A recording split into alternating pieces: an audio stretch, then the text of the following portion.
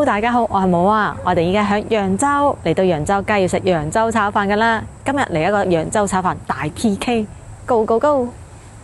我哋要食嘅咧係呢間宜春炒飯，食嘅咧係國慶路總店啊。話專業炒飯12年啦，非常之旺，超多人排隊。依家係下晝嘅5點鐘咋。呢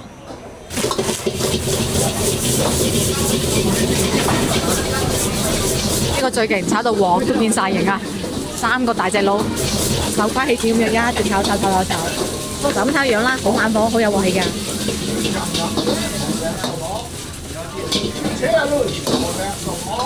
哇！喺度翻工，連煎房錢都慳翻啊！慢慢拋就拋幾廿次。老闆咧話佢下晝6點鐘開始忙到夜晚9點鐘，工作日都係咁樣排隊㗎。呢間咧係宜春炒飯，最出名嘅梗係炒飯啦。鎮店之寶咧係呢個揚州碎金炒飯，38蚊，仲有呢烤肉蛋炒飯嘅，肥腸蛋炒飯或者係鴨蛋炒飯，山椒牛肉炒飯，咁仲有各種各樣嘅炒飯啦，一啲小食嘅，大家可以睇睇菜單，我哋就唔詳細講啦。落咗單啦，一份碎金炒飯，小食咧都係免費嘅，不過咧就自己攞嘅。咁我哋就分別攞咗2樣啦，一個咧就係筍，一個咧就蘿蔔。右邊嘅咧係辣酸嘅味道嘅，咁左邊嘅咧就純辣嘅味道，口感咧都係爽脆嘅。佢個辣咧係真係好辣下㗎，唔夠味嘅話可以加烈。有自助免費嘅紫菜蛋花湯，湯色咧係清過清水嘅，蛋花同埋紫菜係非常之少嘅，一大煲就幾片。咁我哋試一試味道啦。哇！有濃郁嘅紫菜嘅腥味，就咁全劇終，真係清過清水嘅味道。價值38蚊嘅碎金炒飯係呢間店嘅鎮店之寶啊！份量咧係比較大嘅，咁細食嘅話咧2個人應該係夠食㗎。碎金應該指嘅係呢個蛋絲啊，均勻咁樣分佈喺呢個炒飯裡面。但係個蛋絲嘅手法咧，對比我哋嗰啲高級餐廳，梗係冇得比啦。係呢種比較大片嘅蛋嚟嘅咋。咁擺咗好多嘅蝦仁，但係一睇就知係呢個冰鮮蝦仁啦，好標準嘅冰鮮蝦仁。咁仲有呢嘅肉碎啊、粟米粒、四季豆、紅蘿蔔，料咧係幾多嘅，而且都分佈得幾均勻㗎。幾似味道啦，碎金喎，有鑊氣，但係比較油。咁佢嘅飯咧其實都算乾爽嘅，不過口感咧我覺得係偏油㗎，而且咧會食到有少少好似鹽碎嗰種渣渣地啊、沙沙地嘅感覺㗎，會覺得有少少過鹹嘅味道㗎。但係勝在咧用料豐富，嗰啲食材咧都幾脆口㗎，好似啲粟米啊、四季豆咁樣夠脆。蝦仁咧雖然冇乜鮮味，但係都好脆嘅。肉嘅口感咧都唔差，蛋咧均勻分佈都幾有蛋香味㗎。整體嚟講咧係有水準嘅，比廣州嘅好多炒飯都好食。不過定價38蚊，其實都合情合理嘅。我唔覺得有咩點樣超越性價比嘅嘢咯。佢咧係混咗米嚟炒㗎嗱，有啲咧係嗰啲炒飯專用合成米嚟嘅，比較長身；而有啲咧係靚啲嘅普通嘅米。呢種偏長身嘅米咧就係炒飯合成米啦，係專門攞嚟炒飯嘅，就容易炒一啲，冇咁容易炒爛啊。同埋口感會比較彈牙嘅，就簡單一啲咯。呢間係吳興記，都係揚州炒飯好出名嘅店啊！我而家入去食炒飯啦。最出名嘅咧係三香碎金炒飯，咁仲有一個月牙白炒飯嘅金銀炒飯，大家會揀邊一種呢？呢個咧就係就餐環境啦，唔大，仲有一個2樓嘅。美團上面咧係有好多套餐嘅，仲有代金券添。我哋咧係買團購58蚊單人餐，包含咗1份飯同埋一個獅子頭。就先飲咗個湯先啦。呢個咧係清燉嘅獅子頭，咁睇睇個湯先，係比較油嘅，已經見到好油面啦。咁睇睇個獅子頭嘅質地先，比之前高級餐廳嘅偏細一啲，質感嘅話咧係比較相似嘅，亦都係撈咗少少嘅其他餡料落去嘅。咁我哋而家咧就切開隻獅子頭，睇睇入邊嘅餡啦。嗱，依家咧就切開咗啦，手感係比較柔軟嘅，一次就切開到㗎啦。咁入邊咧係有少少嘅蔬菜嘅，佢湯入邊咧都有條菜㗎。啲餡料咧睇上去同高級餐廳嘅咧唔相似咯，真係要食咗先知啦。手感咧覺得比較軟嘅。58蚊就有個單人餐，可以試一試獅子頭特色食物，再加上一個佢拿手嘅炒飯，其實唔貴嘅。不過你呢個盅咧就真係有啲細啊嚇，想分住食嘅話係有啲難嘅。係咁，依試一試味道啦。先試咗個獅子頭先，口感咧係鬆軟嘅，但係豬肉嗰陣味咧係比較明顯嘅，唔係肉香味，係有少少雪味。所以我覺得味道上嚟講咧唔係好好。而口感嘅話咧，鬆軟得嚟，即係唔精緻啦，會有少少老嘅感覺㗎。最後咬到牙根嗰度咧，係會有啲渣嘅感覺㗎。試一試個湯，逢喺啲湯入邊放咗菜之後咧，後果就個菜味會冚過咗瘦肉嘅香味㗎。呢一點就普普通通咯。呢個價錢包埋個炒飯，等我試埋個炒飯，你知究竟抵唔抵？佢咧係冇放馬蹄嘅，但係放咗筍粒，提供咗脆嘅口感。但係呢個豬肉，我覺得選材真係麻麻地咯。有蒜味嘅話唔得，因為呢度係內地啊，你有乜必要用到雪肉咧？我哋又唔似得香港咁貴，而且啲豬肉咧有啲鞋啊。湯咧係攞少少味精㗎，呢個清燉唔係好清咯。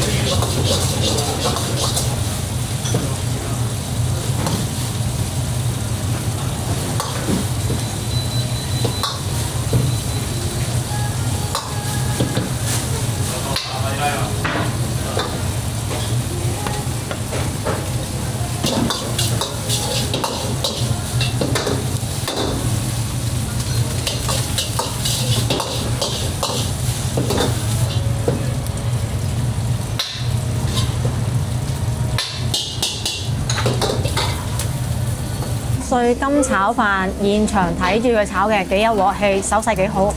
不過我覺得佢味粉落得有啲多咯。咁睇睇呢份炒飯啦，用嘅配料咧係好豐富嘅，真係好豐富。而且碎金呢一點咧表現得好透徹㗎。嗰啲雞蛋咧係好均勻分佈喺呢個炒飯入邊㗎。有葱花啦、四季豆啦、粟米粒啦、紅蘿蔔粒、蝦仁、肉粒。同埋有一啲嘅瑤柱絲啊、蛋絲啊，睇上去係好靚㗎，好有儀式感一份炒飯啊！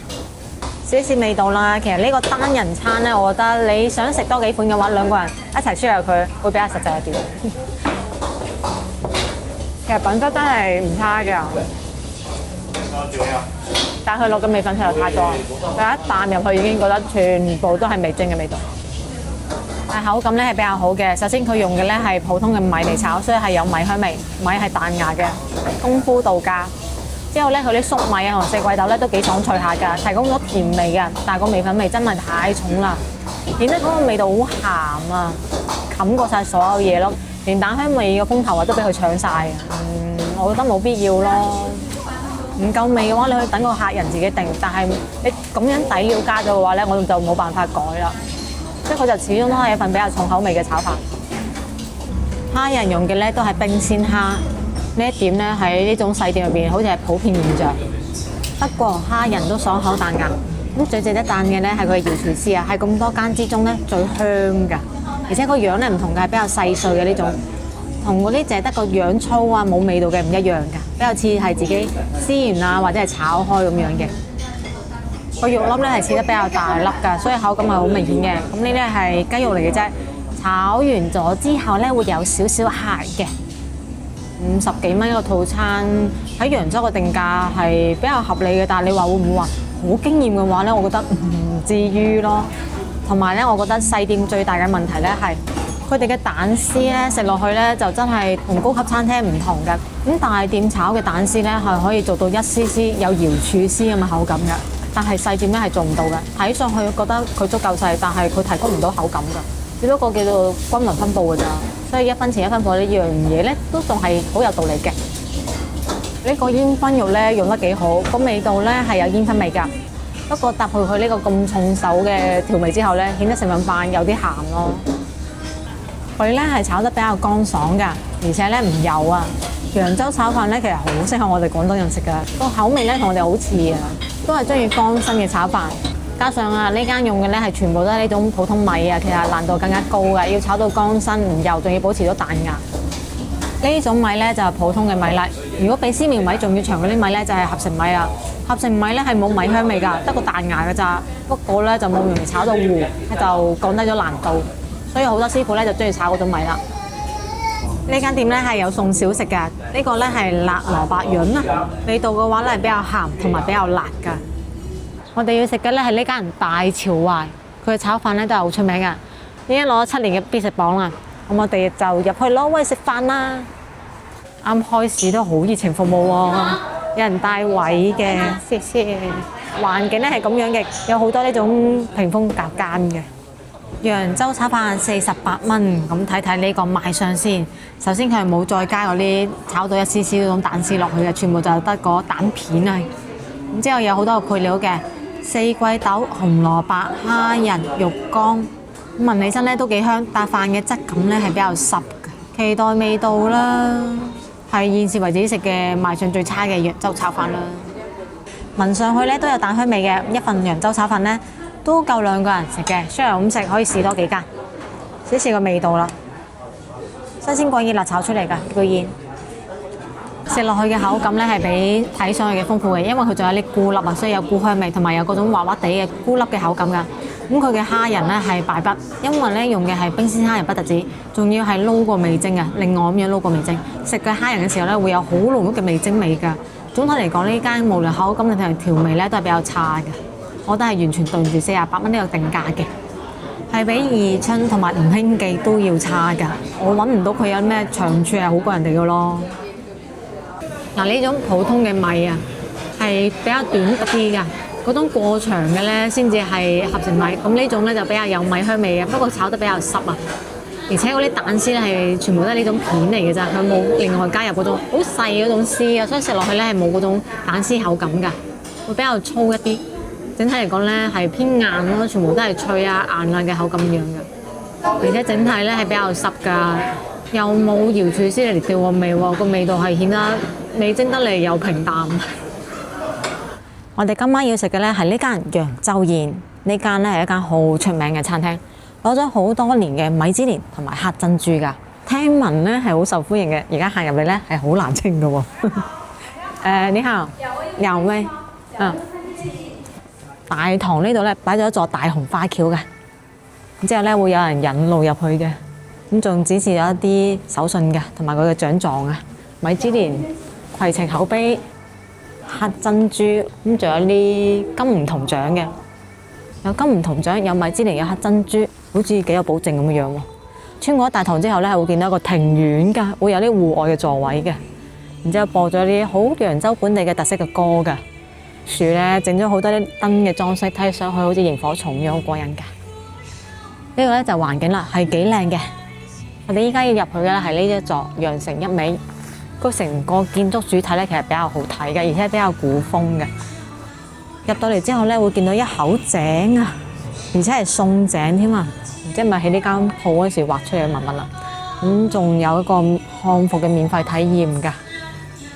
呢度係等待區，擺咗好多凳喎，嗱有好多裝飾㗎，好得綁咗好多嘅紙鷂啊、燈籠啊。我入到嚟咧就係用餐嘅地方。哦，好嘅，唔該。呢個就係用餐區啦，就比較嘈雜，比較熱鬧啦。不過沿途咧可以睇到佢廚房㗎，明火大鑊炒飯好似好正喎，大煲滾湯亦都好似好正。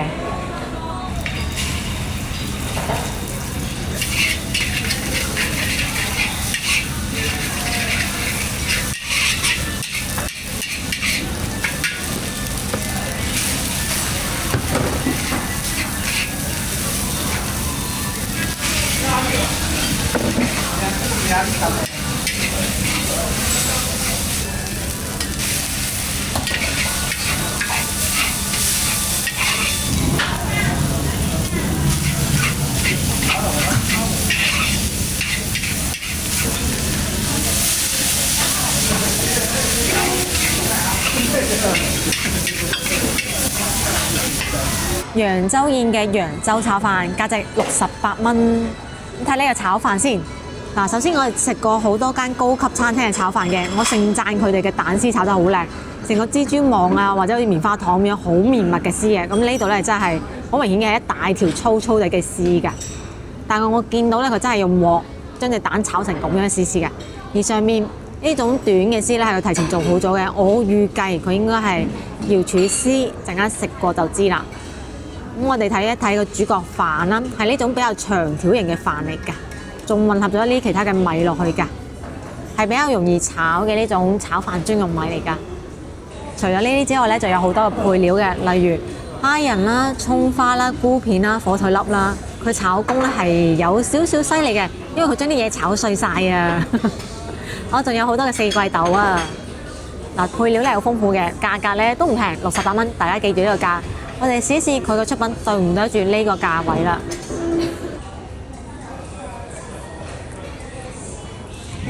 不過係炒飯專用米，係冇咩難度嘅，咁樣炒都可以好彈牙。長條形嘅呢種米咧，其實就係合成米啦，炒飯專用嘅。佢咧主要就係得個口感嘅啫，彈牙，但係冇咩米香味嘅。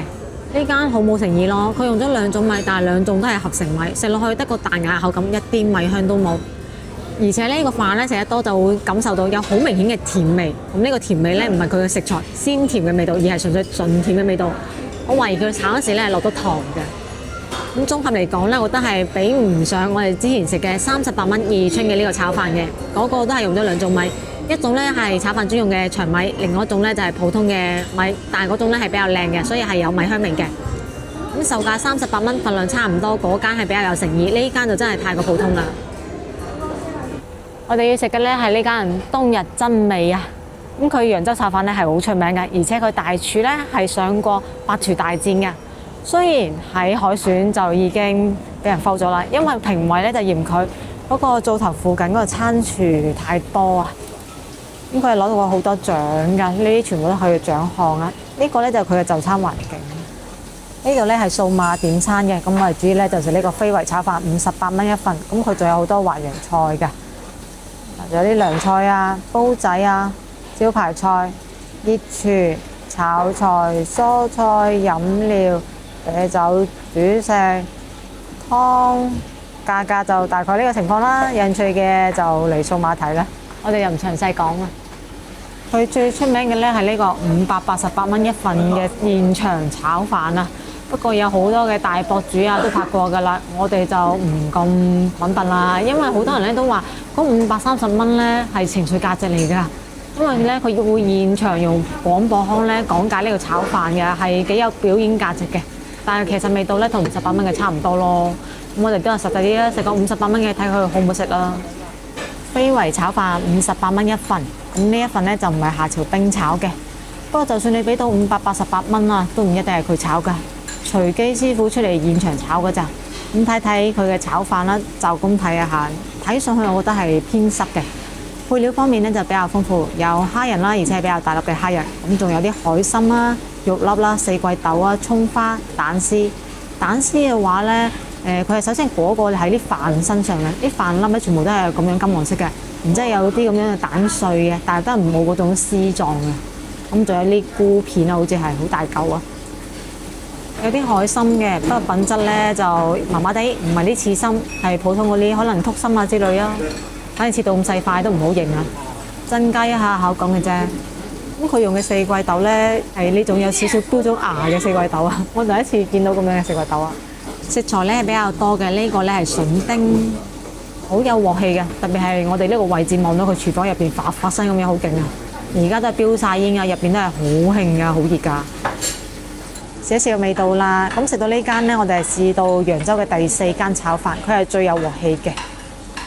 咁有一間呢係非常之冇鑊氣，起碼唔見火嘅。希望呢間係最好嘅啦，佢係最乾爽嘅。揚州嚟講嚇，唔對比南京，但係佢乾爽得嚟呢個米呢係偏硬嘅，但係非常之有彈性。有啲地方人可能食唔慣，因為佢真係總體偏硬嗰種嚟㗎，唔係純粹有彈性，係真係有啲偏硬。然之後佢嗰隻標準顏嘅四季豆咧，食落去係冇嗰種四季豆味，但係會特別脆啊，然之後有啲清甜嘅味道嘅，幾特別。蛋香味都幾濃，但係真係有啲硬啊，所以要慢慢咬啊。因為嚼多陣話你知後邊。佢呢度用嘅蛋咧好靚啊，食落去每一粒米咧都有好香嘅蛋味，而且佢啲蛋碎咧都係好好食㗎，好香嘅，冇得頂呢個蛋味。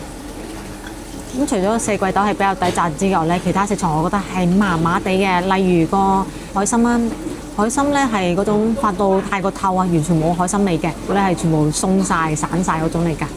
而最差嘅咧係呢個菇片啊，食落去咧係完全冇菇香味㗎，而且係嗰種好水好霉嘅口感嘅，好似鮮菇咬落去就得翻個菇渣，但係冇任何味嘅嘢咁樣。